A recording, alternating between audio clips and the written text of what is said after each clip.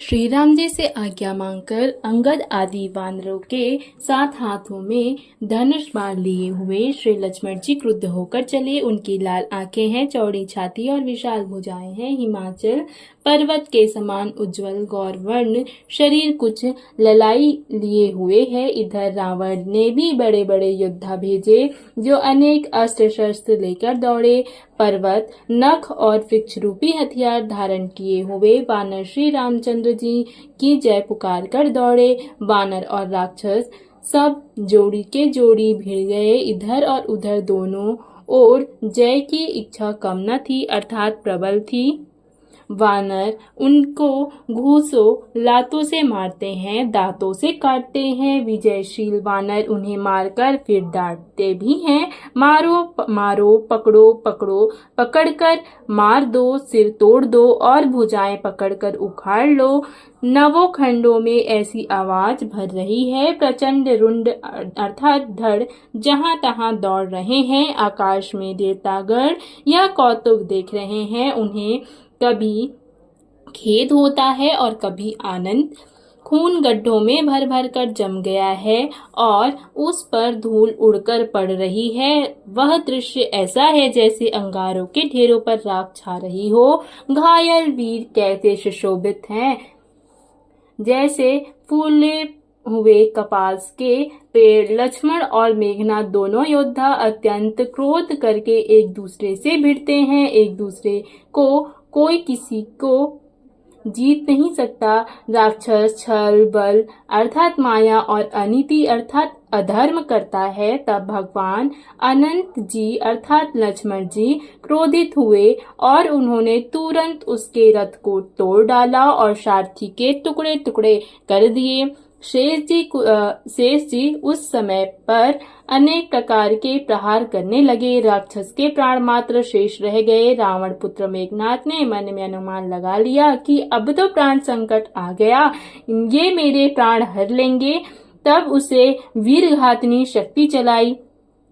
वह तेज पूर्ण शक्ति लक्ष्मण जी की छाती में लगी। शक्ति के लगने से उन्हें मूर्छा आ गई। तब मेघनाथ भय छोड़कर उनके पास चला गया। मेघनाथ के समान 100 करोड़ योद्धा उन्हें उठा रहे हैं, परंतु जगत के आधार श्री शेष जी उनसे कैसे उठते।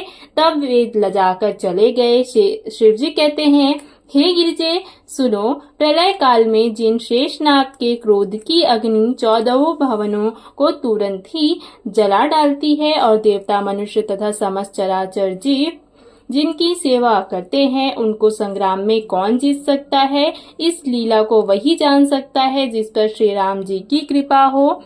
संध्या होने पर दोनों ओर सेनाएं लौट पड़ी। सेनापति अपनी अपनी सेनाएं संभालने लगे। व्यापक ब्रह्म अजय संपूर्ण ब्रह्मांड के ईश्वर और करुणा की खान श्री रामचंद्र जी ने पूछा, लक्ष्मण कहाँ है। तब तक हनुमान उन्हें ले आए।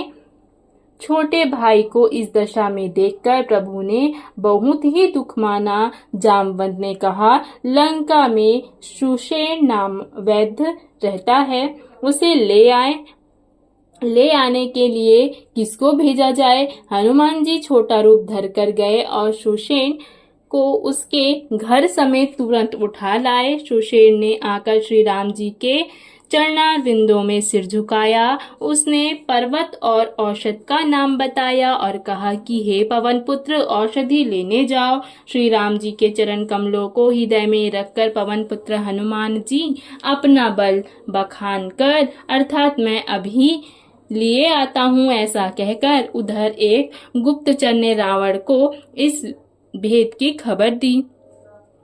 तब रावण कालनेमी के घर आया। रावण ने उसका सारा मर्म अर्थात हाल बताया। कालनेमी ने सुना और बार बार सिर पीटा। उसने कहा, तुम्हारे देखते देखते जिसने नगर जला डाला उसका मार्ग कौन रोक सकता है। श्री रघुनाथ जी का भजन करके तुम अपना कल्याण करो। हे नाथ, झूठ छोड़ दो। आंखों को आनंद देने वाले नीलकमल के समान सुंदर शरीर को अपने हृदय में रखो। मैं तू और ममता रूपी मूढ़ता को त्याग दो।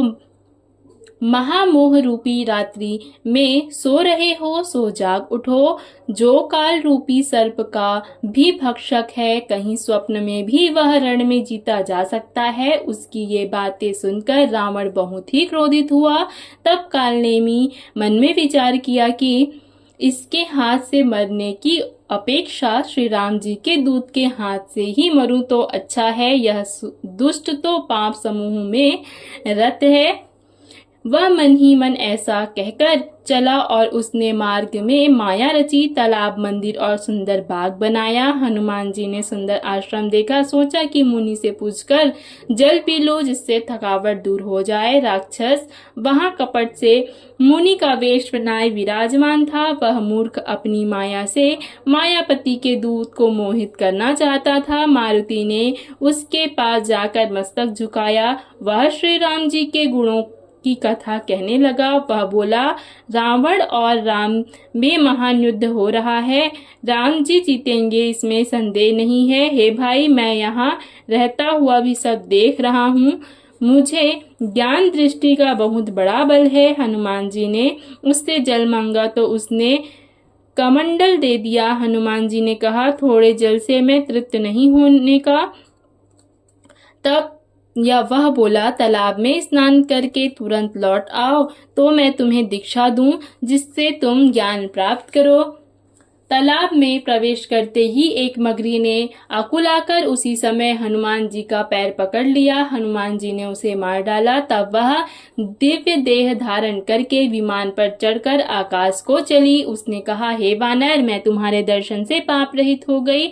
हे तात, श्रेष्ठ मुनि का शाप मिट गया। हे कपि, यह मुनि नहीं है, घोर निशाचर है, मेरा वचन सत्य मानो। ऐसा कहकर जो ही वह अप्सरा गई त्यों ही हनुमान जी निशाचर के पास गए। हनुमान जी ने कहा, हे मुनि, पहले गुरु दक्षिणा ले लीजिए, पीछे आप मुझे मंत्र दीजिएगा। हनुमान जी ने उसके सिर को पूंछ में लपेटकर उसे पछाड़ दिया। मरते समय उसने अपना राक्षसी शरीर प्रकट किया।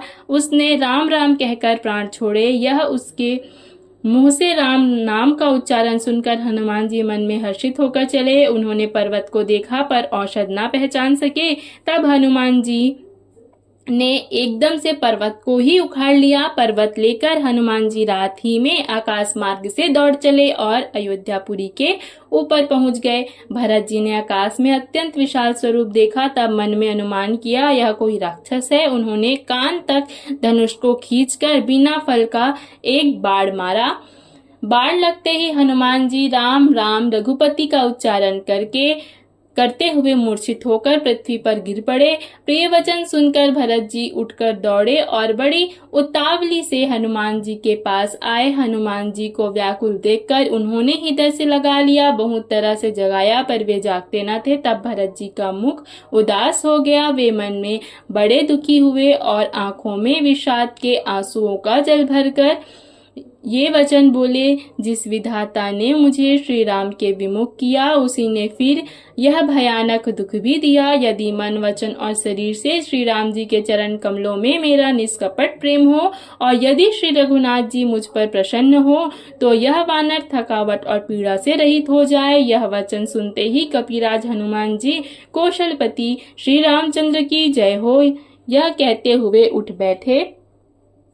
भरत जी ने वानर हनुमान जी को हृदय से लगा लिया। उनका शरीर पुलकित हो गया और नेत्रों में आनंद तथा प्रेम के आंसुओं का जल भर आया। रघुकुल तिलक श्री रामचंद्र जी का स्मरण करते भरत जी के हृदय में प्रीति समाती न थी। भरत जी बोले, हे तात, छोटे भाई लक्ष्मण तथा माता जानकी सहित सुख निधान श्री राम जी की कुशल कहो। वानर अर्थात हनुमान जी ने संक्षेप में सब कथा कही। सुनकर भरत जी दुखी हुए और मन में पछताने लगे।